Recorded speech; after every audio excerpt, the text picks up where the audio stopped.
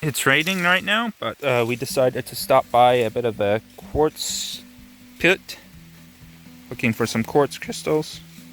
Found a couple nice small ones, some crummier big ones, and some interesting green stuff. There's some stuff, I think there's like some malachite kind of stuff here too, so I might take one or two pieces. If I find a nice quartz chunk with some green in it, I'll take that with me. I did in fact find a couple chunks of quartz with some what I believe is malachite inclusions. I'll take a look under kind of the microscope to see what they are exactly. It could also maybe be chlorite, but it looks more like malachite to me, just looking at it. But these two quartz chunks were some of the only pieces I found there that had these green inclusions. So I'll take some close-up pictures or videos of these specimens for you guys so that you guys can kind of see what they might be, if they are malachite in fact.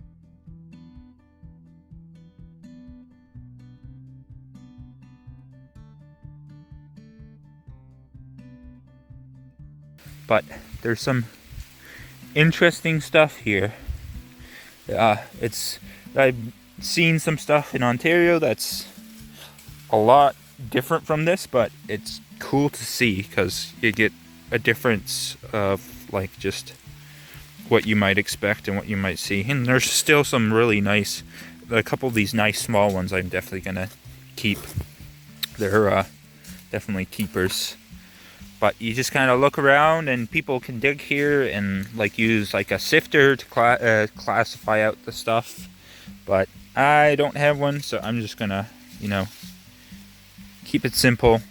Kind of scrape through some of these tailings piles, see what they missed, because I am finding stuff that people missed. So we'll see. I didn't find too many double terminated pieces, and really these are two damaged double terminated pieces. But you can see this one's kind of interesting because it's got some healing on the back where it broke off here off of something, and it started to reheal, and it's nice and clear. You can see it's terminated at the top, and then it has a partial termination at the bottom with a bit of the tip busted off, unfortunately. Same with this guy, the tip has a bit of damage, and there's a bit of damage along the edges, but it's got two turbinations, and it's nice and crystal clear. It's nice glassy. Reminds me of some of the clearer material that used to come out of the Lyndhurst, some of the Lyndhurst spots in Ontario, that people can't collect that anymore, unfortunately. But these are pretty cool little specimens nonetheless. And a couple more pieces, just some chunks of crystal. This nice clear point. It's got a bit of damage on the back. This bit with some pyrite in it, actually. You can see that. Some pyrite in there, maybe some small cubes. This bit of smoky with some crystal faces on it. This roughed up point. But yeah. And I'm gonna just go over there and look around, and then I'll probably join the guys and dig around in the back. Now, I did find a couple Elestial pieces, or what I think would be Elestial quartz. You can kind of see this is like a point with multiple small points growing around it. Some nice clarity on the one side.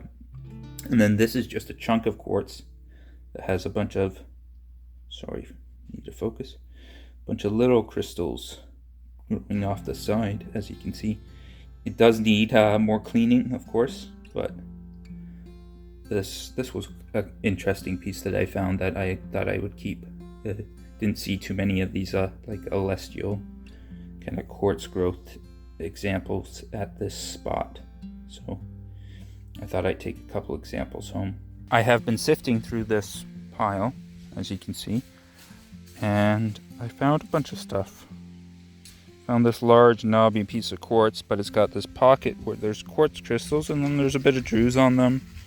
And we got like that plate back there that's all quartz crystal faces on that plate. That quartz point in the middle, I found that at a different part, but These are all little quartz bits with either quartz faces or that one right there. That's like a re-healed quartz point. There's a bit of damage on the one termination, but the other termination seems whole, so that's kind of cool. But cool stuff being found here.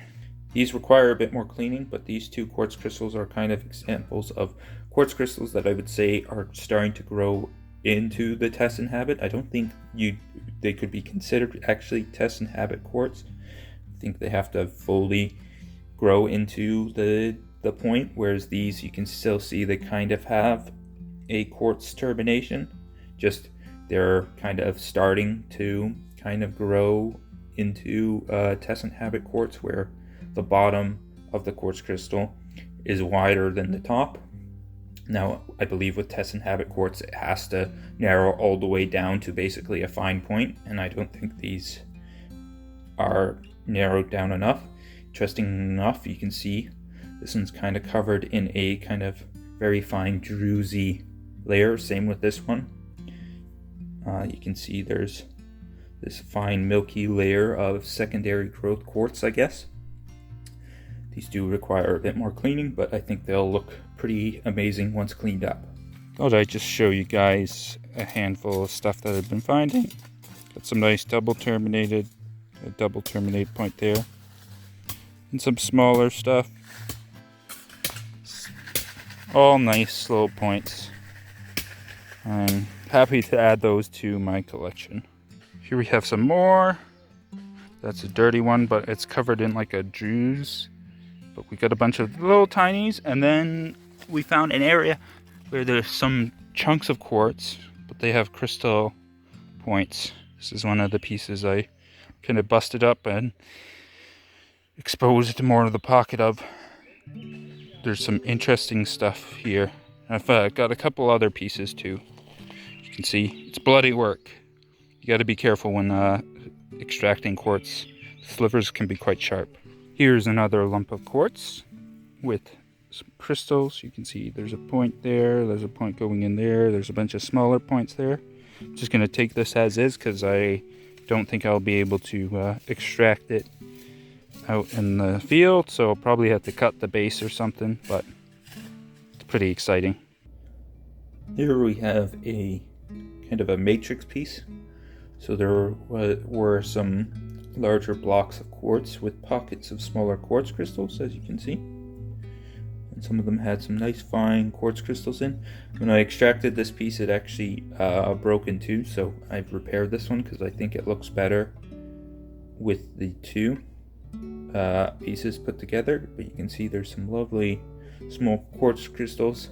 I have to do a bit more cleaning of this specimen, but altogether I was pretty happy with this pocket of very fine kind of icy quartz crystals. Some of the pieces there was like iron oxidation, so I knew there was a chance that there might be pyrite, and sure enough I found this really tiny little pyrite crystal.